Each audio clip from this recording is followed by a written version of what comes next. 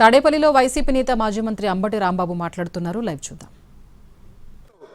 ఏం చేయాలి? ఇది ఏం జరుగుతుంది రాష్ట్రంలో? చంద్రబాబు నాయుడు గారు చెప్తున్నాడు, హామీ ఇస్తున్నాడు, మళ్ళా హామీ ఇస్తున్నాడంట. మహిళలకు ఏమన్నా జరిగితే ఊరుకోను అని. జరిగిందే. ఏం చేశాం? మళ్ళీ వెళ్ళారు పాపం. బావురుమంట ఆ పోలీస్ స్టేషన్లో ఉన్నటువంటి భర్త వచ్చి ఈ సంఘటన తెలుసుకొని వీళ్ళని తీసుకెళ్ళాడు. కేసు రిజిస్టర్ చేయండి అన్నారు, కంప్లైంట్ ఇవ్వండి అన్నారు. 1 గంట దాకా కంప్లైంట్ రాస్తానే ఉన్నారు. 1 గంట కూడా కేసు రిజిస్టర్ చేయలే. పొద్దున ఎమ్మెల్యే గారి దగ్గరికి వెళ్ళారు. అమ్మా నువ్వు మహిళవి, ఇలాంటి ఘోరం జరిగింది అంటే ఆగండి అంది. ఆగారు. వాళ్ళని పిలిచారు, ట్రాన్స్జెండర్స్ తరఫున ఈ మూర్తిని అందరినీ పిలిచి కాంప్రమైజ్ పెట్టారు. పంచాయతీ చేశారు. కేసు రిజిస్టర్ అయిందా? ఎందుకంటే ఎమ్మెల్యే గారు చెప్పింది కేసు రిజిస్టర్ చేయరు. చివరికి మధ్యాహ్నానికో 11 గంటలకో రాజీ పడం పొమ్మంటే అప్పుడు కేసు నామినల్గా రిజిస్టర్ చేశారు. రిజిస్టర్ చేసి తల కింద పెట్టుకున్నారు. 8వ తారీఖున 16వ తారీఖున కేసు అయితే రిజిస్టర్ చేశారు. కనీసమైనటువంటి సెక్షన్లు కూడా సరిగా వేయకోకుండా కేసు రిజిస్టర్ చేసి తల కింద పెట్టుకు పడుకున్నారు. 16 అట గడిచిపోయింది. 17వ తారీఖు ఆ నోట తెలిసింది. ఇంకో చిత్రమైన విషయం ఏంటంటే, అదృష్టం వాళ్ళ ఇంటి దగ్గర 2 కెమెరాలు నేను చూసి వచ్చా. నేను అమ్మాయి వెళ్ళి చూసి వచ్చాం. 2 కెమెరాలో రికార్డ్ అయింది మొత్తం. ఆ రికార్డుని తీసుకెళ్ళి చూపించారు. అమ్మో ఇది కొంప మునిగిపోయే వ్యవహారం, ఇంకేముంది, ఈ వైఎస్ఆర్సీపీ ఇంటర్ఫీర్ అయిపోద్ది, మహిళా సంఘాలు వచ్చేస్తాయి అని అప్పుడు మేలుకున్నారండి చంద్రబాబు నాయుడు గారును మన అక్కడ లోకల్ ఎమ్మెల్యే గారు.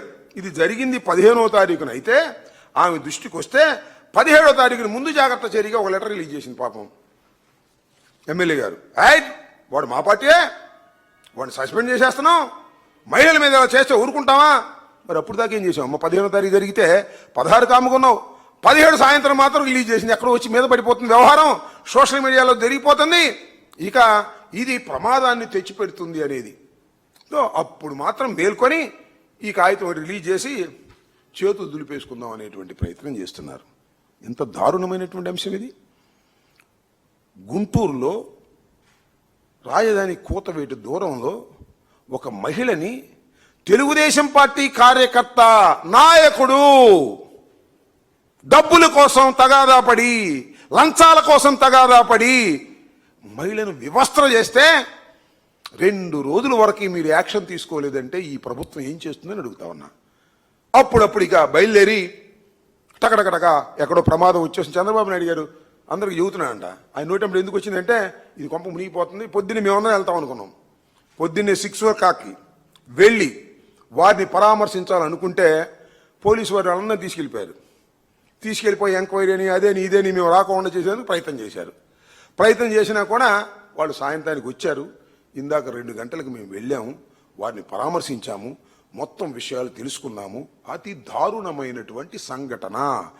ప్రభుత్వం సరిగా యాక్ట్ చేయలేదు. ఎమ్మెల్యే రాజీ చేయడానికి ప్రయత్నం చేసింది. ఎమ్మెల్యే రాజీ చేసే ప్రయత్నం జరుగుతుంది కాబట్టి అప్పుడు దాకా కేసు రిజిస్టర్ చేయకోకుండా ఎమ్మెల్యే గారు పోలీసులకు ఇన్స్ట్రక్ట్ చేసింది. అందువల్ల పోలీసులు కేసు రిజిస్టర్ చేయలేదు. ఇంత దారుణంగా వ్యవహరిస్తున్నారు పోలీసులు. తెలుగుదేశం పార్టీ వాళ్ళ ఆదేశం మేరకు వ్యవహరిస్తున్నారు. ఆయన చెప్తాడు పాపం సిఐ అమాయకుడు, ఏం చేస్తాం పాపం. ముందు ఎమ్మెల్యే గారి దగ్గరికి వెళ్ళారంట. ఆమె చెబితే ఎండార్స్ చేస్తే అప్పుడు కేసు రిజిస్టర్ చేసామని చెబుతున్నాడు. నేను విన్నా. ముందు పోలీస్ స్టేషన్ కదా వెళ్ళింది, ఎమ్మెల్యే గారి దగ్గరికి ఎందుకు వెళ్ళారు? ఎమ్మెల్యే గారి దగ్గరికి తర్వాత వెళ్ళారు. నువ్వు రిజిస్టర్ చేయకపోతే ఎమ్మెల్యే గారు వాళ్ళని పిలిచి రాజీ చేసి మసిపూసి మారేడుగా చేసి కేసు క్లోజ్ చేద్దాం అనుకున్నారు. ఇంతలో వాళ్ళ కెమెరాలోని విషయాలు బయటకు వచ్చినాయి. బయటకు వచ్చిన తర్వాత కొంప మునిగిపోయే అంశం ఇది. మహిళా సంఘాలన్నీ ముందుకొస్తాయి. వైఎస్ఆర్ కాంగ్రెస్ పార్టీ కూడా వచ్చి దీన్ని ఖండిస్తుంది. కాబట్టి దీని మీద యాక్షన్ తీసుకోకపోతే మనకి కొంప మునిగిపోతుందని భావించి అప్పుడు ఈ మల్లెల మూర్తిని సస్పెండ్ చేస్తున్నట్టుగా ముందుగా ఒక కాగితం ఇచ్చేశారు. అంటే దీన్ని బట్టి కుట్ర అర్థమవుతుంది కదా. ఒక కాగితం ఇచ్చేస్తే సస్పెండ్ చేసేస్తే పని అయిపోతుంది అనుకుంటున్నారు. ఇక్కడ కారణం అది కాదు. డబ్బులు వసూలు చేసే కార్యక్రమం చేస్తున్నారు వార్డుల్లో. ప్రతి వార్డులోనూ తెలుగుదేశానికి సంబంధించినటువంటి నాయకులు క్యాష్ కలెక్ట్ చేస్తున్నారు. కలెక్ట్ చేసే క్రమంలో వచ్చినటువంటి తగాదా తప్ప మరొకటి కాదు. చంద్రబాబు నాయుడు గారు చెబుతారు ఇద్దరు మధ్యన తగాదా అంట, మధ్యలో తెలుగుదేశం ఆయన వెళ్ళా అంట. ఎవరైనా తెలుగుదేశం ఆయన ఆ వార్డుకు సంబంధించినటువంటి సెక్రటరీ, మీరు నియమించినటువంటి సెక్రటరీ వెళ్ళి డబ్బులు దందా కార్యక్రమం, ఇది తెలుగుదేశం వాళ్ళు డబ్బులు దందా కార్యక్రమం చేస్తున్న సందర్భంలో వచ్చినటువంటి ఒక తగాదాలో అతన్ని ఎమ్మెల్యే గారు కాపాడడానికి ప్రయత్నం చేస్తే, ప్రయత్నం చేసినా కూడా కాపాడలేకపోతే వెలుగులోకి వచ్చినటువంటి కేసే గాని ఇది వెలుగులోకి రాకోకుండా తొక్కేయాలని ఎంత ప్రయత్నం జరిగిందో మీకు అర్థమవుతూ ఉంటుంది. 15వ తారీఖు అర్ధరాత్రి కేసు ఇస్తే 17వ తారీఖు సాయంత్రం వరకు కూడా ఎవరిని కూడా అరెస్ట్ చేయలేదు.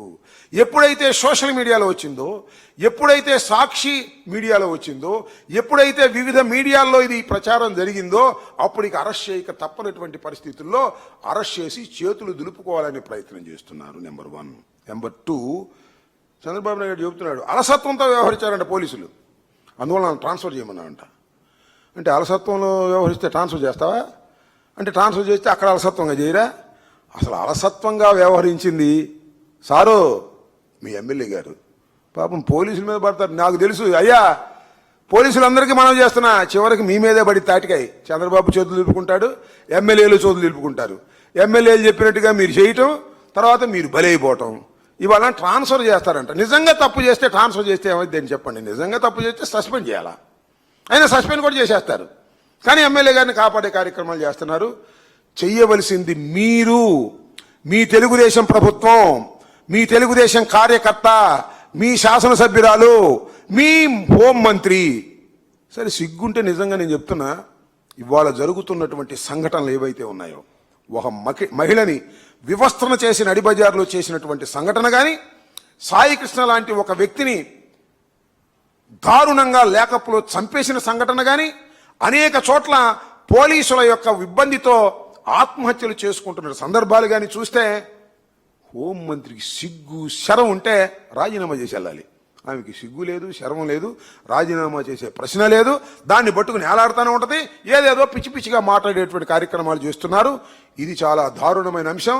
చంద్రబాబు నాయుడు గారు కూడా ప్రజలకు అసత్యాలు చెప్పేటటువంటి స్థాయికి దిగజారిపోయాడు. ఇవాళ పోలీసు వ్యవస్థ ఎంత దారుణంగా ఉందో అని చెప్పడానికి ఇది ఒక తాజా ఉదాహరణ ఈ సందర్భంగా మనవి చేస్తున్నాను. ఈ కేసుని మసిబూసి మారేడుకాయ చేయాలని ప్రయత్నం చేస్తే, సరే బాధితులు ఏదో ఒత్తిడి చేస్తున్నారు, మీరు రాజీ పడండి, బయటికి రామాకండి. పాపం వాళ్ళు నేను చూశాను ఇందాక, వాళ్ళేమి రాజీ పడేటటువంటి మనస్తత్వం కలిగిన వాళ్ళు కాదు. అయినా ఏదో ఒక ఒత్తిడి చేస్తారు. రాజీ పడినా వాస్తవాలు వాస్తవాలుగా ఉంటాయి. వాటి గురించి మేము సమాజంలో మాట్లాడుతూనే ఉంటాం. అవసరమైతే లీగల్ ఫైట్ కూడా చేస్తాం. ఇది దారుణమైనటువంటి అంశం. ఈ అంశం రాష్ట్రం ఒక్కసారి ఉలిక్కిపడినటువంటి అంశం. దీన్ని మీరందరూ కూడా ప్రజాస్వామ్యవాదులందరూ ఖండించాలని, చంద్రబాబు నాయుడు గారు ఊరికి ఊకదంపుడు ఉపన్యాసాలు తప్ప ఆయన హయాంలోని ఇలా జరుగుతుంది, ఆయనకు తెలిసే జరుగుతుందని కూడా ఈ సందర్భంగా నేను చెప్పదలుచుకున్నాను. హోంమంత్రి గారికి కూడా తెలుసు, అక్కడ ఎమ్మెల్యే గారికి కూడా తెలుసు. ఇది అత్యంత దారుణమైన అంశం. దీన్ని సక్రమంగా డీల్ చేయకపోతే ఎవరు సహించరని వైఎస్ఆర్ కాంగ్రెస్ పార్టీయే కాదు, సమాజంలో ఉన్నటువంటి ఎన్జిఓస్ కానీ, మహిళా సంఘాలు కానీ దీని మీద రియాక్ట్ కావాలని ఈ సందర్భంగా నేను చెప్పదలుచుకున్నాను. ముందుగా అందరికీ నమస్తే, అస్సలాము అలైకుం, వందనాలు. నిజంగానే మహిళా లోకం ఈరోజు తలదించుకునే పరిస్థితిలో ఉంది. ఈ రాష్ట్రంలో మహిళలకి రక్షణ కానీ లేకపోతే గౌరవం కానీ ఎక్కడా కూడా లేదు. ఈ కూటమి ప్రభుత్వంలో మాటలకు మాత్రమే పరిమితము. మాటలు మాట్లాడుతూ ప్రతి ఒక్కళ్ళకు కూడా మేకప్ చేసుకుంటూ తిరుగుతున్నారు తప్ప నిజంగానే ప్రజలకైతే వాళ్ళు చెప్పిన వాగ్దానాలు కానీ వాళ్ళు చెప్పిన ఏవి కూడా పూర్తి స్థాయిగా అమలు చేయట్లేదు. ఇంకొక మరి ఇక్కడ సీఎం గారు ఉన్నారు, అలాగే ముగ్గురు మంత్రులు ఉన్నారు, మరి అలాగే కేంద్ర మంత్రి ఉన్నారు, అందరూ ఉన్నారు. ఉన్నప్పుడు కూడా ఒక మహిళా ఎమ్మెల్యే ఉండి కూడా ఆ నియోజకవర్గంలో ఆ ఘర్షణ జరిగితే ఎందుకు లైవ్ లైట్లో తీసుకొని రాలేదని చెప్పి గల్లా మాధవి గారిని అడుగుతున్నాం. ప్రతిరోజు కూడా నేను ప్రజల్లో ఉంటున్నాను, ప్రజల కోసం